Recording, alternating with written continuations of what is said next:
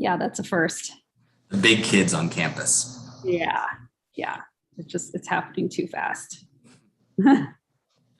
Yes, my youngest is a senior, so we've started the application process. The Common App is open for all our seniors out there. Get started. This is a big year for you and your wife. It is. Last baby. I mean, we've done it before. Yeah, so. That's the last one. All right, it looks like we have everyone that's going to be joining us. Good morning, Julio. Good morning, Maria. Morning. Good morning, Maria. Morning. Morning. Hey, get a glimpse into people's homes. Morning, Julio. You ready, Julio? Yes, I'm ready. All right. So Lisa will not be joining us this morning. Maria and Julio, she just does not have Wi-Fi accessible where she's at right now, so she wasn't able to make it. But she wished us luck, and she said she's with us in spirit, and knows that we are going to do the right thing and make the right choices. So, All right. So good morning. I'd like to call this meeting to order. The time is 8:31. Welcome to the virtual special meeting of the Board of Trustees of the San Luis Unified School District. Today is Monday, August 8th, 2022. As permitted by the passage of Assembly Bill AB 361 and the adoption of Resolution 22-3, today's meeting will be held in a virtual format.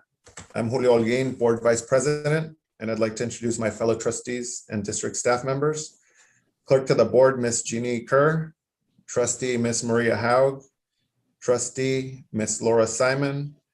Also joining us is the district staff, Superintendent, Mr. Ruben Aurelio, Chief Academic and Human Resources Officer, Mr. Christopher Heller, Chief Business Official, Ms. Andrea Stubbs, and Executive Assistant to the Superintendent and Governing Board, Ms. Erica Madrigal. All right, so we'll move on to item 2, the approval of the agenda. Is there a motion to approve the agenda as presented?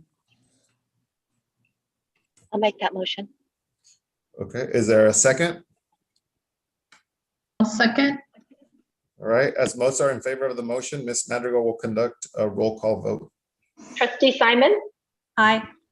Trustee Haug, Aye. Trustee Kerr. Aye. Vice President Holguin. Aye. Motion carries. All right, so we're going to move on to item 3, the flag salute. Please join me for the flag salute. I pledge allegiance to the flag of the United States of America, and to the republic for which it stands, one nation, under God, indivisible, with liberty and justice for all.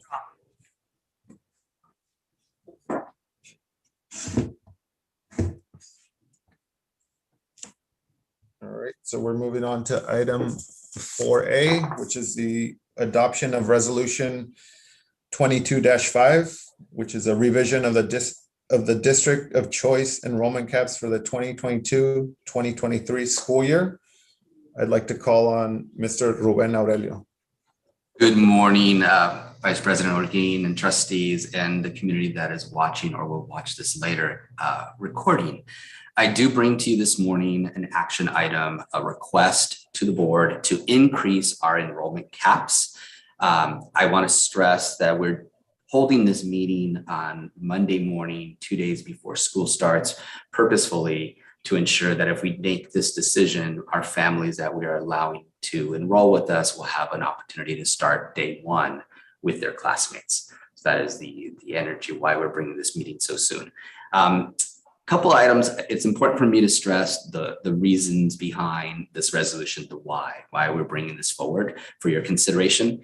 The first reason I've taken on is in the process you all went through in searching for your next superintendent. One of the items that was really brought up as a potential challenge that the district would face in the future years was the impact of declining enrollment.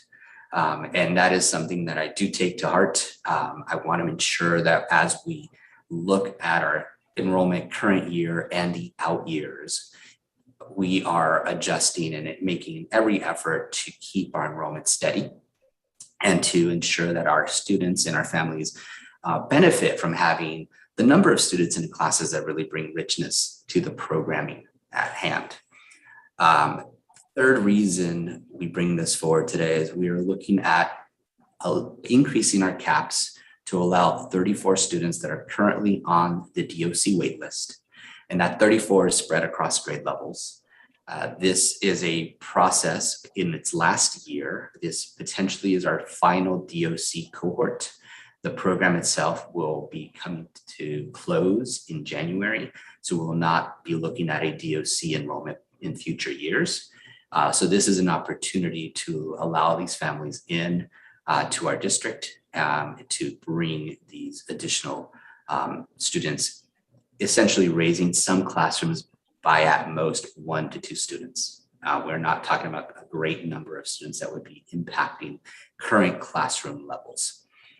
The third piece of it I do want to stress is for our existing and potentially future DOC students with this resolution is that as we as a district are going to make every effort in our power moving forward to ensure that our DOC families get to remain with us.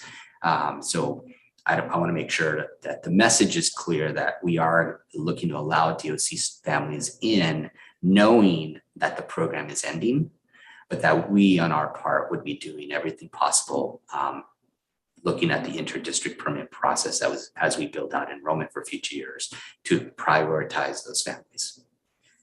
Of course, everything that's in our power. The last thing I want to explain is how we came up to the cap numbers that we're proposing. I want to say that we are increasing the caps with a buffer.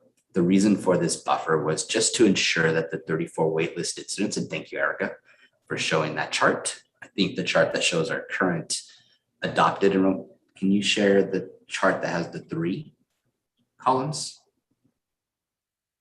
Might be easier to see. Thank you very much. There you go.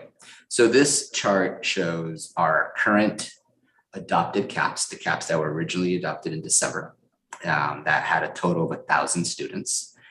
The middle column there, the current enrollment, shows what we're currently sitting at 2 days before school starts. And you can see that at, for example, kindergarten, we have 45 students. A reminder, we do have 4 classrooms of kindergartners. So that puts us at about 11, one class with 12 students per class. We have 7 students on the wait list for kindergarten. So our suggestion is that we let those 7 in, and the same with all the other grade levels that we bring in these students. If we make the offer to our families, the maximum number we would get would be the 34. We are not reopening the application window for DOC. That window has closed. So this would not allow us to bring in additional DOC families, just the ones on the wait list. If enrollment stays the way it is before school starts on Wednesday, the 34 would really bring us up to 1,140 students, not the 1,210 students that the resolution shows. That was really built as a cushion in case we have new resident enrollment this week that could bump one of these waitlisted students. It was just to ensure that we had the space to get them all in. And with that, I turn it over for public comment or questions. Thank you.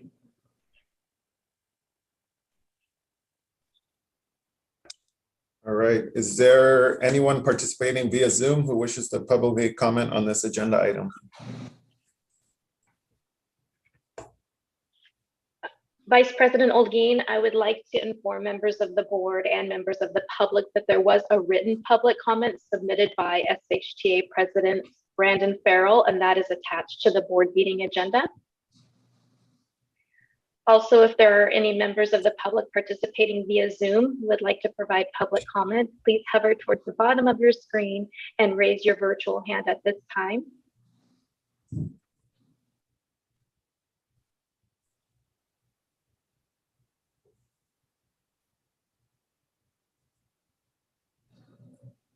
Kendall, please unmute your mic. Hi, my apologies. I am driving, but my name is Kendall White. I am a St. Helena resident, and I did communicate with most board members. I did write a letter, but I will share that publicly as well, as I was encouraged to do so. But I have two children in the district currently. Jackson is going into second, and Coulter will be in kindergarten with an IEP. And I have one more child that will be joining next year, Everly. My family has made many sacrifices to live in this district, but we continue to make those sacrifices because of our children's education.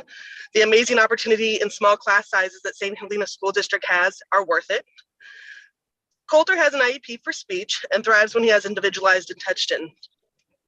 I know the teachers at St. Helena are amazing, but that goes away. That individualized attention goes away when class sizes start to increase.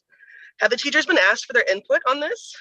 They would know what's best for the social and emotional well-being of their students and know how many students are too many students. The union representative for the district made it very clear that he does not like the adopted enrollment caps, and also said that the teachers did not either at the last board meeting. I do question whether or not the teachers have been actually asked for their opinion and input on this, as I don't believe there was ever a survey or anything where results were communicated to us.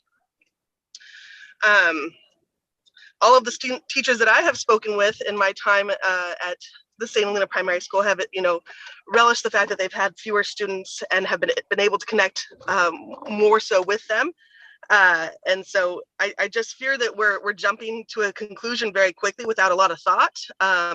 It also seems that, in the last board meeting, they were going to be questioning all the preschool students that are currently impacted, or excuse me, preschool teachers that are currently seeing impaction in their classrooms, and understand why the predicted enrollment for the district is on a decline, but yet all the preschools are impacted. And I don't know if that work has been done yet either.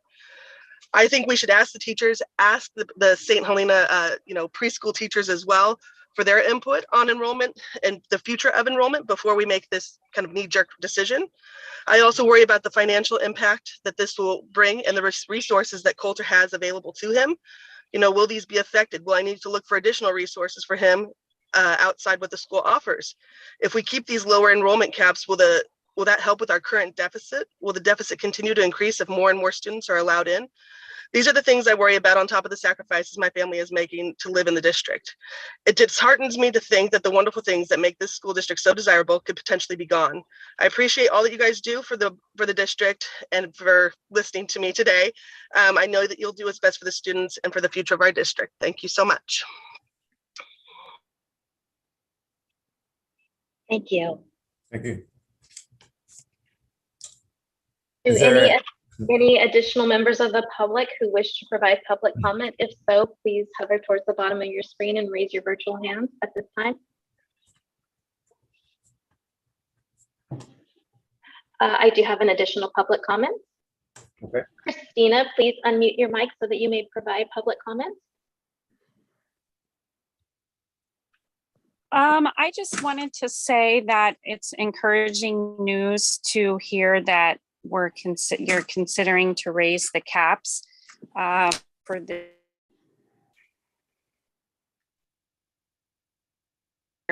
on the wait list to get off the wait of be a part of this school year. So I just wanted to say that I feel a lot of those families will be, of course, very happy to be able to be allowed into the district. Also, just hearing the numbers you've been going over, it sounds like even with the addition of these students, the class sizes are still remaining very, very small in comparison to districts in Santa Rosa, Napa, and elsewhere. So I feel like even though there's concern by people with the fact that adding these additional students is going to somehow upset the equilibrium of class sizes, it sounds like that the class sizes are still going to be very small. So that's also encouraging, as is the fact of about existing families and the intent to want to keep existing families going forward. I guess I would just ask one other question about siblings and the consideration of that, and just any detail you would share about the, inter-district program. But again, it's encouraging to hear the news that you're presenting today, and hopefully the board will move forward with that.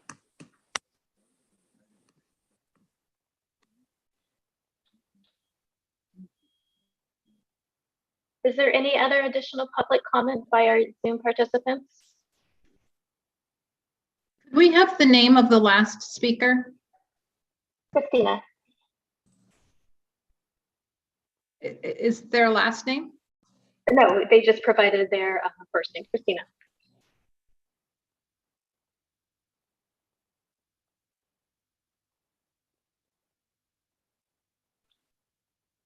There does not appear to be any further public comments. Vice President Olguin? Yes, thank you. Do the trustees have any questions about this agenda item?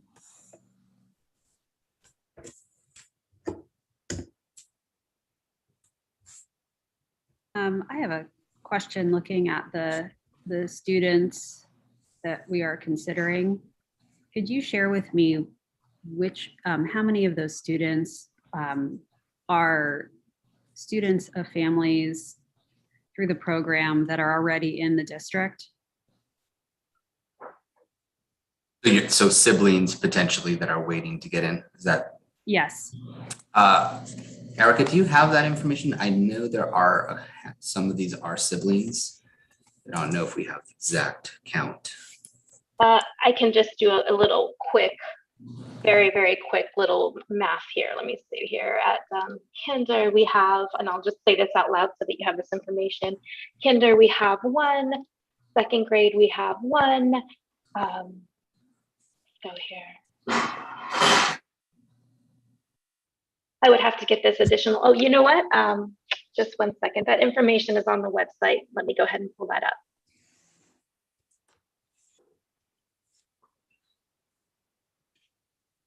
I mean, I see that the summary of it shows 16, but I'm a little confused if those students are already enrolled or if this is the document about the wait.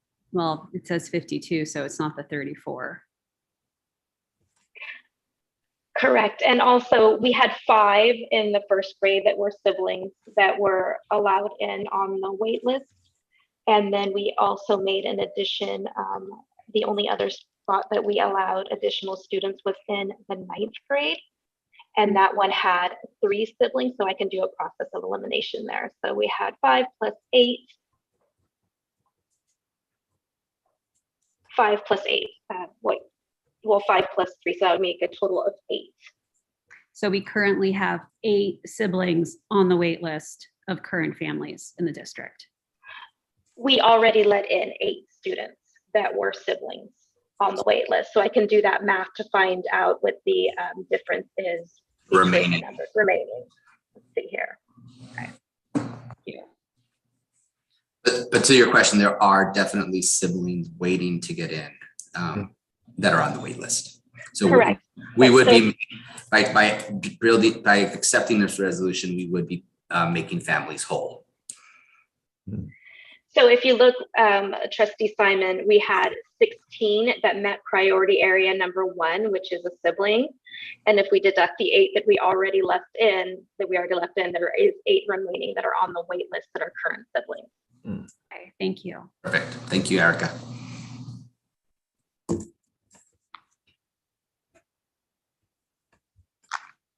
Trustee Simon, do you have any other questions for either myself or the team? Yeah, I was also reading Brandon's letter this morning. And yes. I understand, I'm sorry, I'm just pulling the letter up, that at the beginning of the letter, he shares that the teachers union supports the resolution. At the end of the letter, he states that he realizes that not every member agrees with the resolution, and he believes it is in the best interest of our entire membership. So what I maybe you can share with me is, was there a vote that was taken among all of the teachers? I'm a little confused on understanding the amount of support that the majority of the staff has in this from his letter, and I was wondering if you could clear that up for me. Sure, and I want to really caution us, honestly, in because we start to go down the pathway of negotiating class sizes in this public space, and I want to be really cautious. We have a contract that they just approved that includes optimal class size and max class sizes. In that process, the union is polled when they're negotiating class sizes, what they think their best numbers would be. That is the opportunity our teachers had initially to share their ideas. At that point, if they wanted to share that a class size of 12 is optimal, that's the opportunity to do so. And I want to be just really cautious that we're not negotiating class size in this space, because we're not. We have numbers, and Mr. Heller can speak to that because he obviously sat in those negotiations and through the human resource lens. What we're suggesting here would not come close to touching those optimum class sizes that are in the contract. We're talking about adding 1 to 2 at most students in a classroom that is already small. So I just want to be really careful that we, when the union president speaks for the membership, he has to consider the majority of his membership and the opinions they get. And I think he does share that not everyone would agree, and that's probably always going to be the case. But for the greater good, the greater good of the membership, it's important for us to have the students enrolled. That way we can maintain the programs we offer. Mr. Heller, do you have anything you want to add specifically to that? I don't. I think you captured that statement perfectly, that he does speak for the membership as a whole, and thinking about the long range enrollment and projections. Those are things that he's taking into mind for maintaining his membership and their current enrollment, or not enrollment, but positions and jobs that the membership has. So again, I would restate that this does not require that we hire any new personnel at this time. And so it doesn't have an impact on the membership in that regard by increasing membership of teachers. And so the numbers within each grade level can be absorbed within our current staffing projections. Can I also add something, or along the lines of that, just with the small class size? I mean, I think in just looking back at my time as a trustee, as a parent, and even when I attended here, yes, our St. Helena community, we always reference, and one of the beauties of growing up in St. Helena is the small class size. But I also want to remind the community and new members to the community, like, we've never had a small class size with 12 students that I could ever remember. So when we reference a small class size, I don't think the trustees or the district staff is thinking of 12 students. So that's just kind of the perspective of what we refer to as small class size, and obviously the optimal class size is within the contract. So I think that is helpful to know that too, that, we've never had I've never heard of a class with 12 students in the time that I've either been a student here, a parent, or a trustee. So I just wanted to put that out there. Yeah, Andy, there was discussion around concerns around support for special ed program, and looking at adding 34 more students. I don't know if Andy's the person to speak on this, but can someone give a little history of where the funding comes from for students with IEPs, and if or how they will be affected by including 34 more students to the district? Well, adding these students should be cost neutral in the sense that we're not going to have to detract any services that we're currently providing, and we won't have to add any additional teachers. With every new student that comes in, and that could be a resident student coming in, there's always a potential of them needing additional special education services, and so that can potentially be an added cost. But I don't anticipate it being a tremendous amount, and we won't know until the students actually enroll if there's any additional services required. And if I can add, Trustee Simon, I know that part of the enrollment process, parents are disclosed if their student has an IEP. And that's something we can look at. I know in the grade levels, at least from first grade on up, where students have already been in schools, they would list there if they have an IEP in place. And I don't believe we saw any of those in the upper grades. There is always the unknown, and we always have the right, there's the child find process, and we're always going to make sure our students get what they need, regardless if they came from resident students or if they came in via district of choice.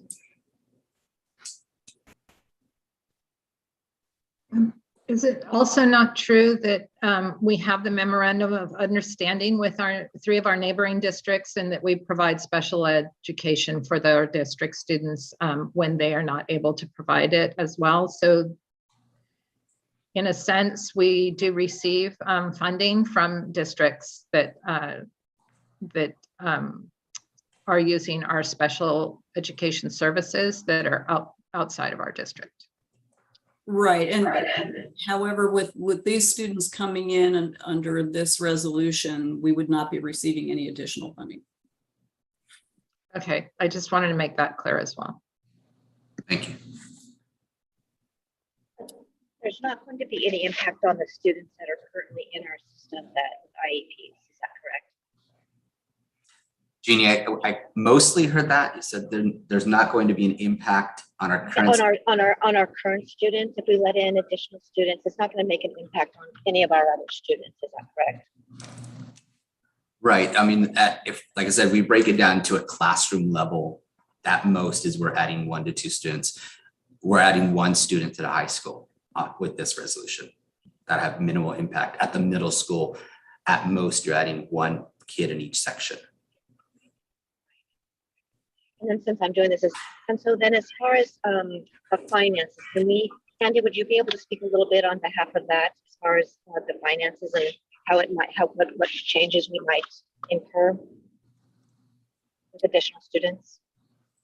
Well, with the additional students, we would maybe see some additional funding actually with lottery and some of the restricted funding that we get that's based on a per student formula. So we would see a little bit of extra funding there. And actually with the with students who are on IEPs, that would actually go into our SELPA formulation. So we would receive a little bit of extra funding there. It wouldn't cover the cost of, say, an additional paraeducator if one was needed. But again, we don't know what any of those needs are until we review the IEPs of the students coming in, if there are any. We do not receive any funding from we would get a little bit of additional district of choice funding, but just for this year, because this is the last year of that funding. We wouldn't receive any other funding from the sending districts. Thank you.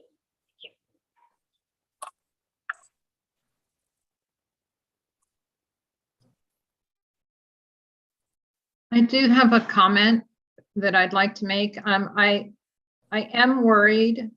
This has become a very emotionally charged issue in our district. There are a lot of parents who live in our district who have made a lot of economic and financial sacrifices to live in our district. And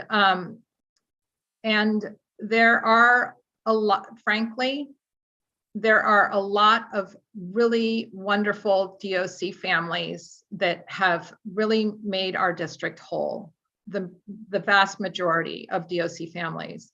And I do have to say, unfortunately, there is a small cohort of DOC families that have been a very negative presence in our district. They have spread false information on social media. They have attacked me personally on social media. And I feel in a way that when we approve this, we are giving these parents who have behaved inappropriately a pass.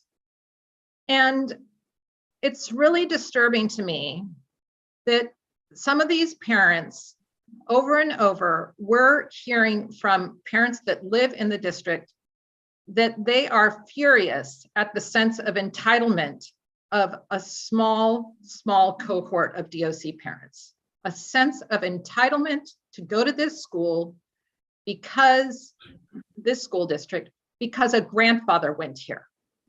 And over, we're hearing this. And it, as someone who has lived, my family has lived in this district since the 1940s. And I can unequivocally say that I find it disgusting that families feel that they are entitled to go here when they do not live here because a grandfather went to this school district. It's absurd. We are a public institution. We do not have a social pecking order, and you are not more important and more worthy because of who your grandparents were in this valley, or the job of a parent. We have received a lot of correspondence from families, DOC families, and the one that was the most insulting was a family. It was actually a person that lived in the district, and in italics they wrote to the board, "Do you know who these families are?" And I will say, you know what? These DOC families are like any other DOC family, and these families are not special. Their children are as important as every child in our district, and they are not better because of their job title or their family history. And it just has to be said. The board has been beat up by these parents. They are spreading false information on social media. They're saying that they got promises that they would always go here. Well, that is not how government works. We do not make promises. The board makes policies. The board makes policies that were never promised anything. They were never promised. You do not run a government institution on promises. You run a government institution on policies. We have had a law that has changed. We have to create new policies. And we are attacked saying that we were lying, we don't care about children. It has been appalling what this small group has said. This small group has had people come to board meetings, shake their finger at us as board members. And frankly, the sense of entitlement is disturbing, very disturbing. And they do not reflect the values of our district. We are prioritizing equity. And some of these parents think that there is a social pecking order in this community, that they are on top. Well, they're not on top, and their children are not on top. We're all looking at what is best for all children. And maybe I'm too emotional about this because I was attacked personally. And there was just no call for it. And the lies that certain groups spread on social media are unconscionable. There is also an issue that I'm really a little bit worried about, is that there is we understand as a board that there is a preschool that is encouraging families that live in this district to withhold their registration so that DOC students can get in. I mean, deliberately undermining the district so that they can get their students that live outside the district into the district. So I am a little worried. We do have a 5-student buffer, but how many families were they successful with in convincing not to enroll until the very last minute? And we know about all this stuff. Parents come to us and tell us what these parents are doing. And it's really unfortunate. It's really unfortunate. And we have not spoken about this openly at a board meeting. And it's been years that we've been dealing with this. Years of being attacked and false information being spread. And it's really unfortunate that there was false information being spread by a DOC parent right after the board and the district had its last meeting on DOC. And the district put out the correct information, and a parent who does not understand how government works and does not understand that we have to create new policies to put in place, a parent who thinks that promises are the way a government institution runs, no. I mean, go back to 8th grade civics class, learn. I mean, we're an educational institution. Are we ready to get back on task? I have to say that the main issue that really convinced me that this is the right decision to make is that in November 2018, our enrollment in the district was 1,270 students. So we're currently at 164 students less in our district than we were 4 years ago, 164 students less. So we are decreasing our enrollment at a very rapid pace. And frankly, the 34 students that would be allowed in under this resolution, we would still be over 100 students below what we were 4 years ago in the district as a whole. So that is, frankly, that is why I'm going to support this resolution. But I want to make it clear that I do not condone the behavior of a very small cohort of DOC students in the past several years. You know, I also want to, as far as our decrease in enrollment, I do want to just remind everyone the reason we did that was because of the pandemic. We wanted to have lower class sizes the last couple of years. And so I believe that we're still, you know, certainly there's pandemic type of stuff still going on, but I think that we're at a good place to start looking at increasing our enrollments. And I'm just going to say that as for me, I was for these waitlist students. I was actually going to, when we started talking about the interdistrict agreements, kind of getting those together. My suggestion was going to bring these 34 students and their families forward so that they get the priority to get in when we get the interdistrict agreements together. So that would have been next year, and now it looks like, you know, we're asked to do this today, and so I feel comfortable with that as well. Just because I wanted to get these families in, you know, just to kind of. I also feel that it's important that by getting these students in now, it's kind of the end of our DOC. We're finalizing the DOC, and then we're going to be moving on to interdistrict. So I think it's a good stopping place for the DOC. So I'm in support of this as well.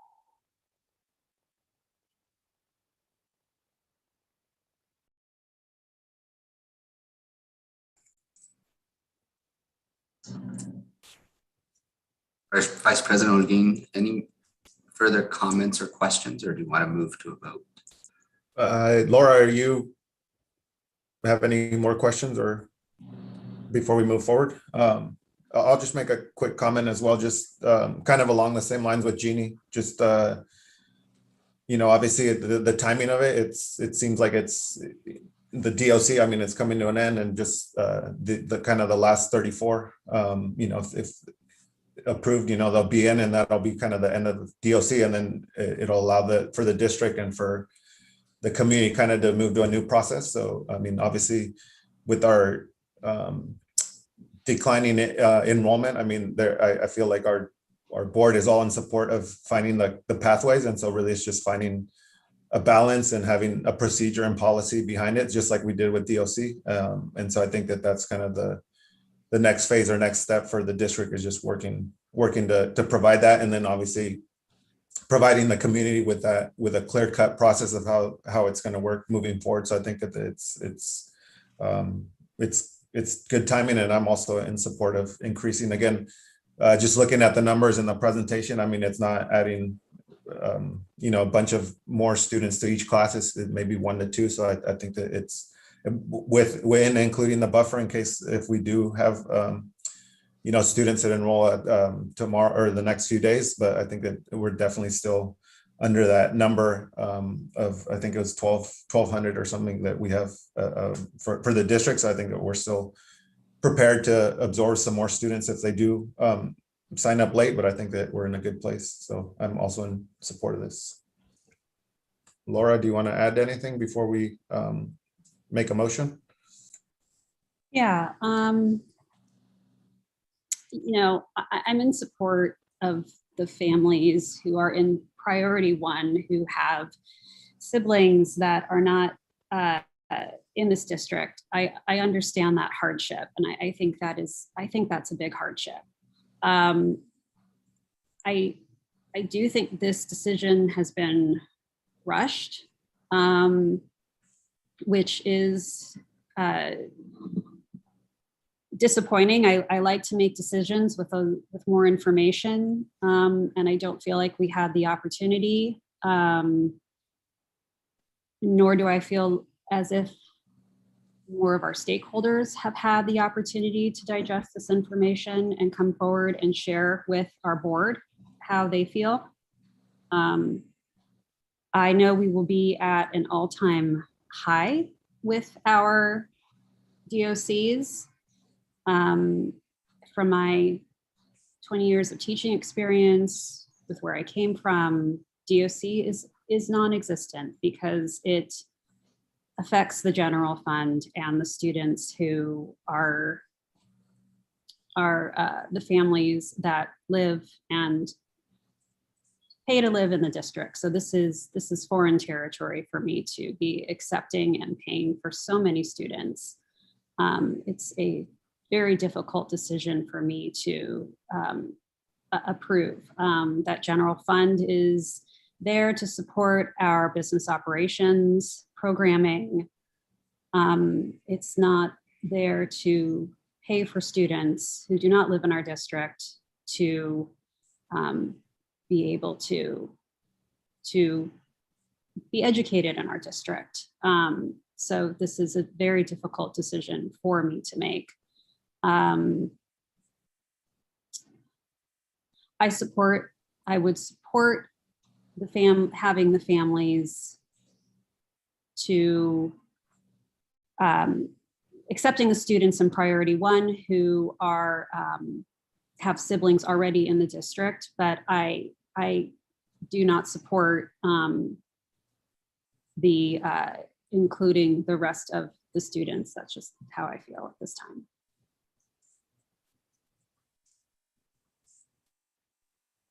Trustee Olgain, is it okay if I say something else?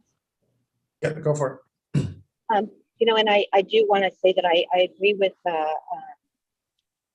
Trustee Simon as far as the rush in this. I mean, it's really, it's been quite the weekend for me, just trying to decide to do what's the right thing to do for our district. And part of that, and part of what I've been thinking is also with these students and DOC, and I understand what Laura's saying as far as of paying for students that are coming from outside of our district. But I think at this point we have to really look at the health of our district. I don't think that I mean we're a very healthy district as far as our finances and our students, but we do have low class sizes, and it is concerning that way. I don't remember when my children were in the school district where we ever had these low numbers. Part of the conversation that we also need to have is we also need to have a conversation maybe that involves our neighboring districts, Hell Mountain, Valley, Calistoga, and because I know that their enrollment is starting to decrease as well. So maybe there's a conversation with all of us, even Napa Valley Unified, as far as what's the best way we can kind of move forward with this in the future. Because I think the declining enrollment is not going to be going away here in St. Helena, nor in the Napa Valley at this point. So yes, I agree, it's a rush decision. Sometimes I do believe though that that's our job. Sometimes there's going to be times when we come with decisions where we have to make make choices quickly for the benefit of our students. So thank you very much. I also want to share that I know we're going to be moving from DOC to possibly interdistrict transfer, correct? Which will Yes, allow us to continue to accept DOC families into the district. This isn't the end of the program. This is right. the Just the DOC, but not the end of accepting families from other districts, correct? correct. We would be changing our process from DOC back to an interdistrict permit process that previously existed prior to DOC. And then what we will work on as a board and as a staff is ensuring that our policies are updated for interdistrict permits, including a list of priority students. So when I'm looking at those lower class size in K1, 2, where we're coming out of a pandemic, where students have holes in their learning, being a primary teacher, having those exceptionally low class sizes is going to help students learn faster and learn better. Those kindergartners and first graders aren't going to be in high school for 8 to 9 more years, where we have time to consider interdistrict transfer to beef up those classes before we get to high school, to increase that attendance. If down the road we need to increase that attendance, we don't know what the future will bring. We do know we did the study and it looks as if the future will bring less students, but I feel like we really won't know for sure until we are in that moment. So that's also why I feel like I am not in support of this now, because I do appreciate those low primary class sizes to get our students to be able to read at grade level, to do math at grade level, and small class sizes helps our students get there. And while we can wait and use the interdistrict program to increase more class size as they go up to middle school and high school, if that is needed in the years ahead. That's all I have to say. Thank you very much. And I agree with that as well, Laura. However, there's also the consideration of having our students come in at the lower level and grow within our district, so that we're getting that, you know what I mean? So that's something that's important to me too, is to kind of, when they get them in at the primary school level, so that they're in our district throughout their entire education, K-12. I understand. That's my thought about that. But I do want to say, and which I have not mentioned yet, is I do appreciate Mr. Farrell's note to us today. I know that there's one on the public comment of this board, but just so that the public knows and the community knows, we received another one from Mr. Farrell this morning, and he's not able to attend because his daughter at the FFA fair. And it really, there was he included a couple scenarios that of the last couple of years, where there's discussions about different classes and things going on. And it really put light on the topic of this, where, the teacher, there is teachers concerned. Some of our staff is concerned of the low class sizes, just because it's, the specials and the activities and all of our programming. I mean, there's a lot of things to consider when we with our class sizes. So I just wanted to say, I'm kind of rambling here, that I really appreciate what he had to say as far as that. And my last thought was, and I also just want to make sure that I don't think that this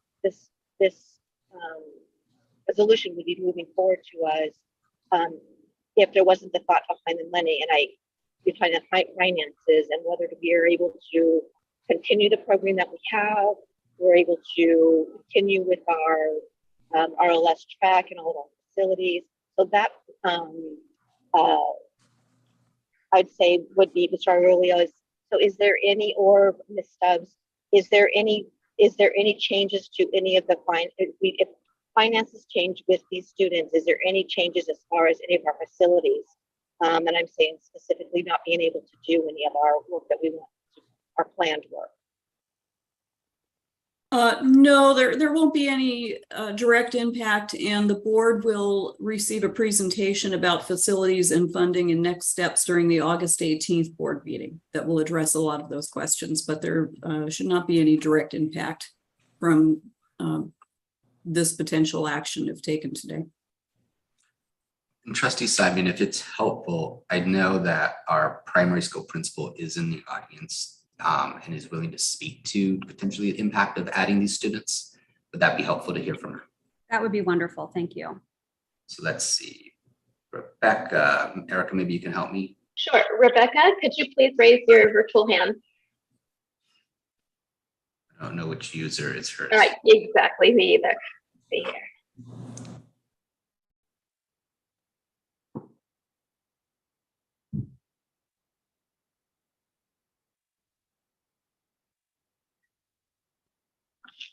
Oh.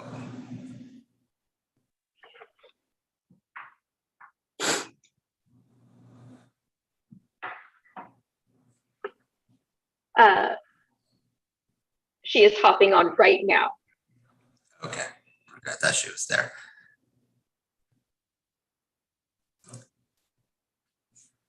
Just so we can hear from someone from the site level, I think it'd be helpful as well. It is. Thank you. Yeah.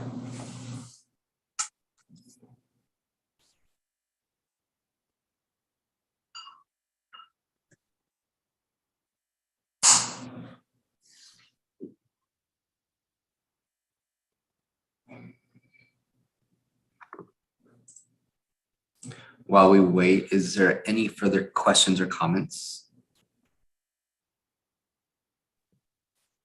If we were to have enrollment of from students within the districts at the last minute that is over the 5 student buffer that we have, what would be the scenario? Well, so depending on how we vote here today, if the vote is approved, we will be contacting and making those offers to those families and encouraging them to come and complete their enrollment so they can be in our system. And I think once they're enrolled, the resident students, we take them in so they don't get bumped at that point. So it was just in anticipation of, say, this morning there was new enrollment that showed up at our school sites. That's why we built a buffer. I'm on now. This is Rebecca Rocha. Oh, there you are. Sorry, your screen name says Nikki Myers. Yeah, sorry. I was watching it on YouTube, but Nikki Myers, our office manager, was on Zoom. So Rebecca, we're hoping you can speak to the potential impact that this would have at the primary school level, where if we do approve this, we're looking at adding 7 additional kindergartners and 3 second graders. Yes, so currently, well, as of, I haven't checked today, but as of Friday, we had 11 students per class, which was alarming to me. And so knowing that it would only be 2 more students per class, 3 classes of 13, and if all 7 of those students were to come, that would bring us up to classes of 13 and 1 class of 12, which is still about, a typical class size in kindergarten is 24. So having a class size of 12 and 13 is still incredibly small. And in terms of meeting the students' needs, it really goes back to what the teachers are doing with the students and what is the vision of the school. It really doesn't matter if you have 11 students, or I've worked in schools with 24 kids and they're all up to grade level because of what the expectations are. Of course, it would be great to have smaller classes. And in my opinion, 13 is still very, very small. And also, I think socially for students, it's nice to have, to me, 11 students also doesn't give a lot of options socially for kids in terms of friendships, and you don't have as much to choose from even year to year as you make new classes. So I also talked to the teachers about it today, just letting them know about this potential decision. And the 2 teachers, kindergarten teachers that I spoke to, were excited at the potential of getting 2 new students at the most. Thank you, Rebecca.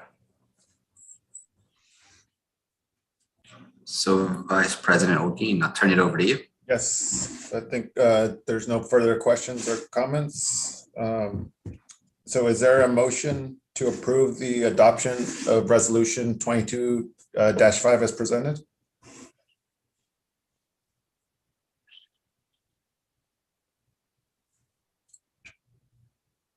I'll make a motion to adopt resolution number 22-5 as presented. Is there a second? I'll second. As most are in favor of the motion, Ms. Madrigal will conduct a roll call vote. Trustee Simon?